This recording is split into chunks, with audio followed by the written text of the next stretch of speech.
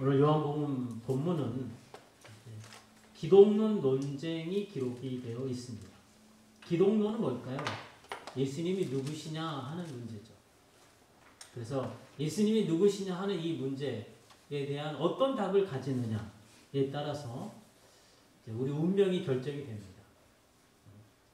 바라기는 오늘 본문을 통해서 증거되시는 예수님의 그 하나님 되심과 또 믿는 자들에게 영생을 주심으로써 그 누구도 예수님 손에서 빼앗아갈 자가 없는 그 권세와 능력으로 영원히 멸망치 않게 하시는 우리 주님을 믿으시는 여러분 되시기를 주님의 이름으로 축원합니다. 아멘. 오늘 본문 배경을 봅니까? 절기상 수전절이고 때는 계절은 겨울입니다.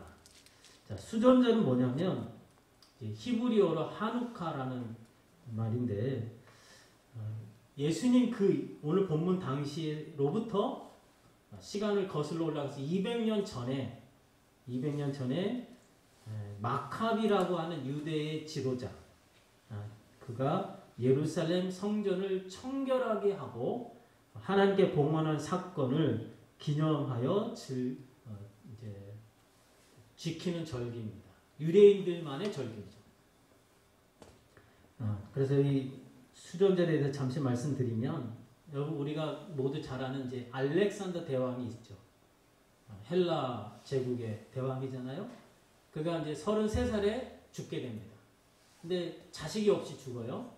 그래서 4명의 부하 장군들로 인해서 나라가 나뉘게 됩니다. 그 중에 이제 유대 땅은 셀레우코스라는 제국이 유대 땅을 다스려요. 근데 그 당시 왕이 누구냐면 안티오쿠스 4세가 왕입니다. 근데 그는 예루살렘을 성전에서 우상에게 제사를 드리게 됩니다. 이것은 유대인들에게서는 가장 큰 신성 모독이고 모욕이죠. 그래서 이제 마카비를 중심으로 군대가 조직이 돼서 전쟁을 벌이게 됩니다. 독립 전쟁을 일으킨 거예요. 그래서 마카비가 승리하게 되고 그래서 성전에서 우상에게 드려진 그 제단을 치우고 깨끗하게 합니다. 그래서 그것을 이제 유대인들이 그날을 기념해서 절기로 지키는 거죠. 근데 유대인들은 이제 이 수전절을 지키면서 하나님께 감사드렸겠죠. 그런데 겉으로는 우상을 치우고 성전을 깨끗하게 했지만 그러나 문제는 예배 드리는 유대인들로 말미암아 내부로부터 성전이 더럽혀지는 것은 막을 수가 없었다는 거죠. 그래서 예수님이 오셔서 성전이 강도의 소굴이 되었다. 그렇게 말씀하셨잖아요. 그 거룩한 성전이 강도들의 소굴이 되었다는 거죠. 그래서 예수님이 이 성전을 헐라 내가 사흘 만에 일으키리라 이렇게 말씀하셨다는 거죠. 그것은 예수님의 자신을 몸된 성전으로 말씀을 하셨다는 것입니다. 그래서 예수님 이후로는 더 이상 성전은 불필요하게 되었습니다. 왜냐하면 성전이 있어야 하는 이유를 예수님이 성취하셨거든요. 그래서 더 이상 이제 성전은 없어지고 누가 성전이 됐습니까? 하나님의 성령이 거하는 우리 몸이 하나님의 성전이 되었습니다. 그래서 이제 요한복음 4장에 사마리아 여인에게 이런 말씀을 하시잖아요. 예루살렘에서도 말고 이 산에서도 말고 너희가 예배할 때가 이를 것이다. 언제? 곧 영과 진리로 예배할 때.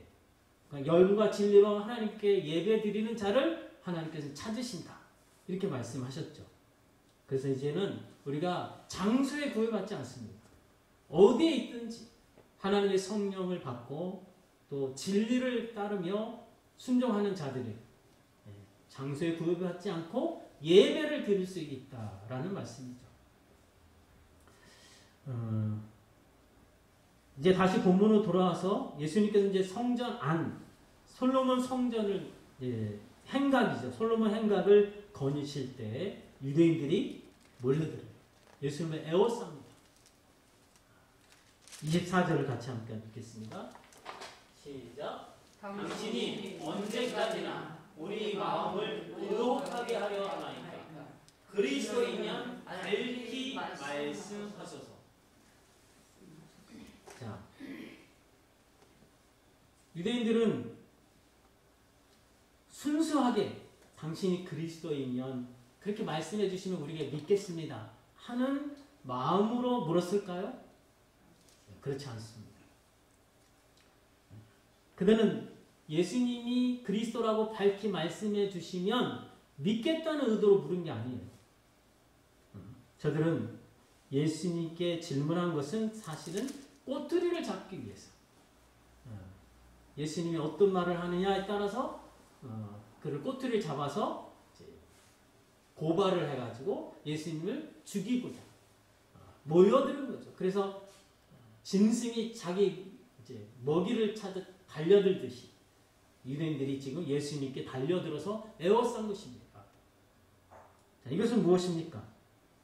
성전 청결을 기념하는 수전절이잖아요. 그런데 그 성전 청결을 기념하는 그 날에 유대인들은 지금 악한 마음으로 선하신 분을 예수님을 죽이고자 지금 몰려들었다는 거죠. 자신들의 악함으로 인해서 성전이 더럽혀지고 있는 것은 깨닫지 못하는 거죠. 자, 25절로 27절 또 읽겠습니다. 시작. 예수께서 대답하시되 내가 너희에게 말하였으되 믿지 아니하는도다. 내가 내 아버지의 이름으로 행하는 일들이 나를 증거하는 것임을 너희가 내 양이 아니므로 믿지 아니하는도다. 내 양의 음성을 들으며 나는 그들을 알며 그들은 나를 따르느니라. 아멘. 예수님은 이전에도 말씀을 계속 해오셨어요. 안 한 게 아니에요. 여러 번이 아니라 수차례 계속해서 말씀하셨고 또 말로만 행하지 않았죠? 따르는 표적을 통해서 증거하셨습니다. 그럼에도 말을 듣고 표적을 보면서도 유대인들은 믿지 않았어요. 그 이유는 뭘까요? 예수님의 말씀대로 예수님의 양이 아니기 때문에. 그래서 믿지 않고 예수님 무슨 말씀을 하셔도 그들은 듣지 않았다는 것입니다. 여기서 우리는 유대인들의 악한 모습을 보게 되죠. 저들이 믿지 못하는 원인을 지금 어디서 찾고 있어요? 예수님이 밝히 말씀 안 해줬기 때문에 믿지 못한다는 거죠. 다시 말해서 충분히 말씀해 주시면 믿을 수 있는데 예수님이 그렇게 말씀 안 하시니까 못 믿겠다는 거예요. 근데 사실은 이미 충분히 말씀하셨죠. 표적을 통해서 증거하셨죠. 그 표적보다 더 나은 표적을 주면 그들이 믿을까요? 더 놀라운 표적을 행하면 그들이 믿을까요? 아니에요. 여러분, 예수님이 행하신 표적 그 이상으로 뭘 더 할 수 있겠습니까? 그보다 더 큰 기적이 어디 있겠습니까? 이 말은 무엇을 의미하냐면 아무리 더 많은 표적을 보여주고 더 놀라운 표적을 보여준다 할지라도 저들은 믿지 않게 된다는 것입니다. 여러분, 믿음은 어떻게 생길까요? 믿음은 표적을 보고서 믿게 되는 게 아니에요. 놀라운 사건을 경험했다고 해서 믿음이 생기는 게 아니라는 겁니다. 믿음은 언제 생깁니까? 오직 하나님의 진리의 말씀이 들려질 때 생기는 줄로 믿습니다. 말씀이 들려지면 그게 믿음이 생기는 거예요. 이것이 기적입니다, 여러분. 그러니까 표적도 놀라운 기적이잖아요. 그보다 더 큰 기적은 뭐예요? 말씀이 들리는 기적인 줄로 믿습니다. 그래서 여러분 얼마나 이게 복된 것인지 여러분 말씀을 듣고 깨닫고 하나님 앞에 나와서 가난한 심령으로 은혜와 긍휼과 자비를 구하는 사람, 그런 가난한 심령이 되는 사람이 진정 놀라운 기적이고 가장 큰 표적이고 예수님의 행하신 표적보다 이보다 더 큰 기적은 없는 줄로 믿으시기를 축원합니다. 아멘. 그것을 사모하셔야 돼요. 그래서 여러분 기도하셔야 돼요. 하나님 앞에 나올 때마다 여러분 습관적으로 나오시면 안 되죠. 간절함으로 와야 돼요. 가난한 심령으로 와야 돼요. 그래야 은혜가 내 안에 임하게 됩니다. 배부른 자에게는 산의 진미를 갖다 줘도 싫어요. 왜? 이미 배부르니까. 아무리 좋은 음식을 만난 것을 갖다 줘도 먹지 못해요. 그러나 가난한 자는 그저 그냥 부스러기 하나만 줘도 너무 맛있게 먹잖아요. 우리가 그런 심령이 되어야 돼요. 하나님 앞에 나올 때마다 그런 심령이 될 수 있도록 기도하시기를 바랍니다. 자, 사실 예수님은 공생의 동안에 단 한 번도 이도저도 아닌 애매한 상태로 말씀하신 적이 없어요. 그렇죠? 예수님은 타협하지도 않고 그리고 가감하지도 않고 진리를 선포하셨죠. 그래서 예수님의 말씀을 들은 사람들은 이도저도 아닌 애매한 상태로 주님을 따를 수가 없었습니다. 분명한 태도를 가지고 주님을 따랐어야 했다라는 거죠. 여러분 우리가 요한복음 10장에서 이미 살펴봤지요. 나는 양의 문이다. 나는 선한 목자다. 여러분 이 말씀은 우리가 확인한 대로 에고 에임이잖아요. 에고 에임. 이게 출애굽기 3장 14절에서 나는 스스로 있는 자니라. 그 스스로 있는 나는 스스로 있는 자니라 이 말을 헬라어로 번역하면 에고 에임입니다. 그래서 예수님이 나는 양의 문이다. 나는 선한 목자다 이렇게 선언하신 것은 바로 출애굽기 3장 14절에서 여호와께서 나는 스스로 있는 자니라 하신 그분이라는 말이에요. 그러니까 예수님이 하나님과 동일한 권세와 능력자임을 밝히신 거예요. 그리고 오늘 보면 30절에 보니까 30절 우리 얼른 보겠습니다. 30절 같이 읽습니다. 시작. 나와 아버지는 하나이니라 하신대. 여러분 이보다 더 분명하게 명확하게 어떻게 할 수 있겠습니까? 너무나 명확하게 나와 아버지는 하나다 말씀하시잖아요. 이 말씀은 인간으로서는 결코 해서는 안 되죠. 인간은 누구도 이 말을 할 수 없는 말입니다. 오직 하나님만이 하실 수 있는 말씀입니다. 그래서 유대인들이 돌을 드는 거 아닙니까? 네가 인간으로서 어찌 참남하게 신성모독적인 말을 하느냐는 거죠. 그러니까 유대인들은 예수님을 하나님으로 모르는 거예요. 깨닫지 못한 거죠. 그래서 돌을 들 수밖에 없었다는 것입니다. 근데 돌을 든 사건은 여기만 있는 게 아니죠. 요한복음 8장에서도 우리가 봤잖아요. 그래서 예수님은 자신을 결코 숨기지 않았다는 거죠. 숨기지 않았기 때문에 이 사람들이 돌을 들었다는 거예요. 그러면 왜 예수님은 자극적인 말, 그들이 돌을 들 줄 알면서도 그 말씀을 하셨을까? 우리 이렇게 물어야 됩니다. 그것은 바로 예수님만이 하나님께서 보내신 유일한 구원의 문이기 때문인 줄로 믿습니다. 만약에 여러분 예수님이 그저 사람들에게 나는 훌륭한 선지자다, 훌륭한 스승이다 이렇게 자신을 소개를 했다면 사람들이 돌을 들 이유가 없죠. 오히려 예수님 환영했을 겁니다. 그리고 예수님의 그 말씀 듣고 행하신 걸 보면서 야 위대한 선지자가 우리에게 왔다 하면서 예수님을 다 따랐을 것이에요. 그러나 온 나라가 아무리 유대인들이 예수님을 따른다 할지라도 예수님을 선지자로 여기고 위대한 스승으로 여긴다면 구원을 받지 못합니다. 구원은 오직 예수님이 메시아, 그리스도, 하나님이심을 믿는 자에게 임하게 되는 줄로 믿습니다. 아멘. 그래서 예수님은 단 한 사람의 유대인이라 할지라도 구원하시기 위해서 자신을 명백하게 밝히셨다는 거죠. 그래서 자신을 숨기시거나 애매한 상태로 말씀하지 않고 분명하게 자신을 드러내셨습니다. 그래서 예수님의 말씀을 들은 유대인들은 확연하게 둘로 갈라지게 되죠. 예수님을 하나님으로 따르든지 아니면 돌을 들어서 예수님을 죽이든지 둘 중에 하나입니다. 미지근하게 이도저도 아닌 상태로 주님을 따르는 것은 믿음일까요? 아닐까요? 믿음이 아닙니다.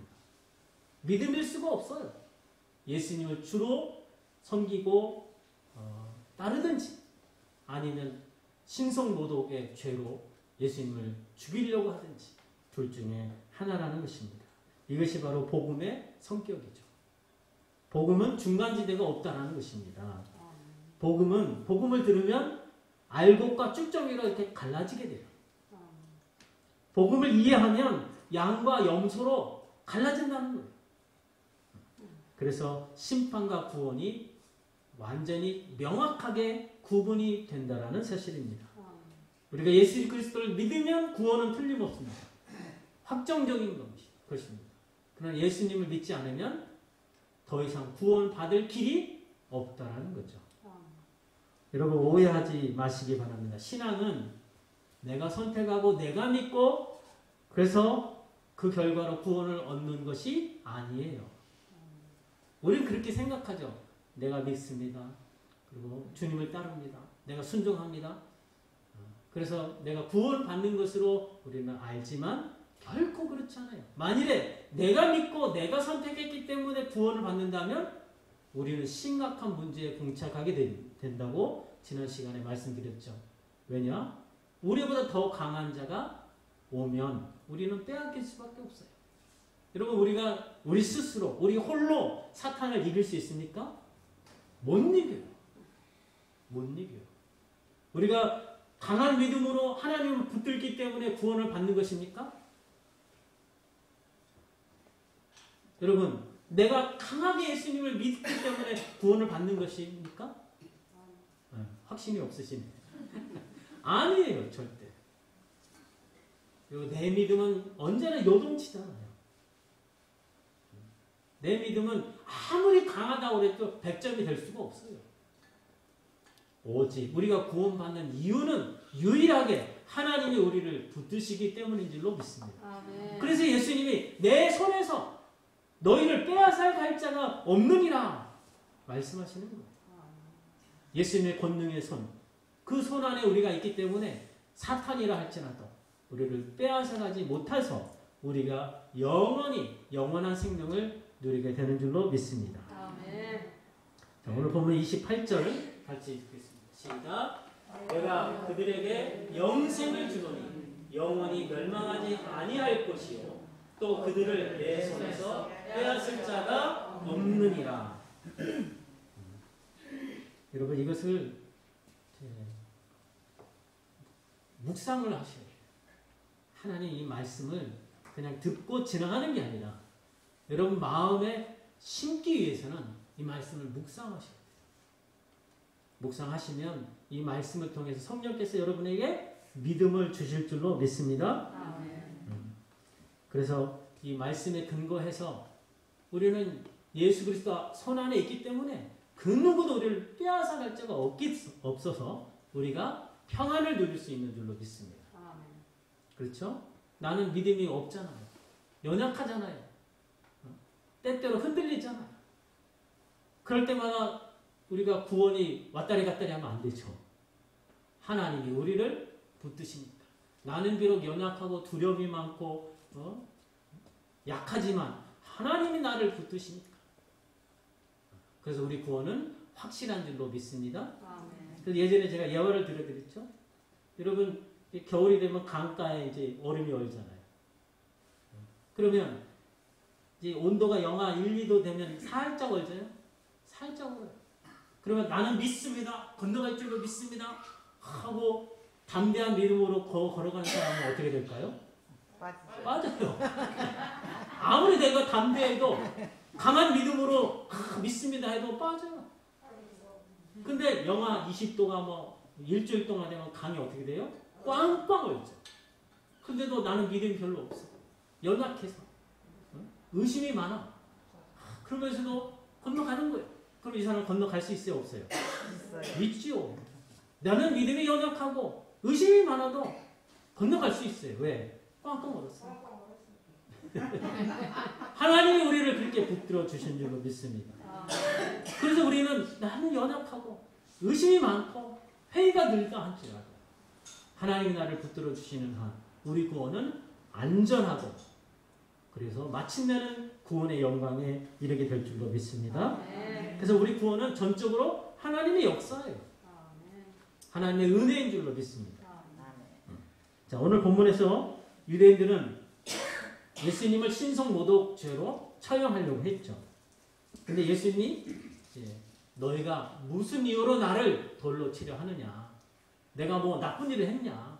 내가 아버지의 이름으로 너에게 선한 일을 했는데 어느 것이 너에게 내가 신성모독의 죄를 범했느냐? 이렇게 설명을 하시죠. 자, 설명을 들은 유대인들은 어떻게 해요? 돌을 내려놓고 예수님을 영접했을까요? 그런 사람은 하나도 없습니다. 그러면 예수님이 그들을 설득하는 데 실패했다는 것일까요? 실패한 게 아니에요. 사실은 예수님의 설명은 저들이 어디에 소속이 되었는지 확인을 해준 것입니다. 저들은 어디에 소속되어 있는 것입니까?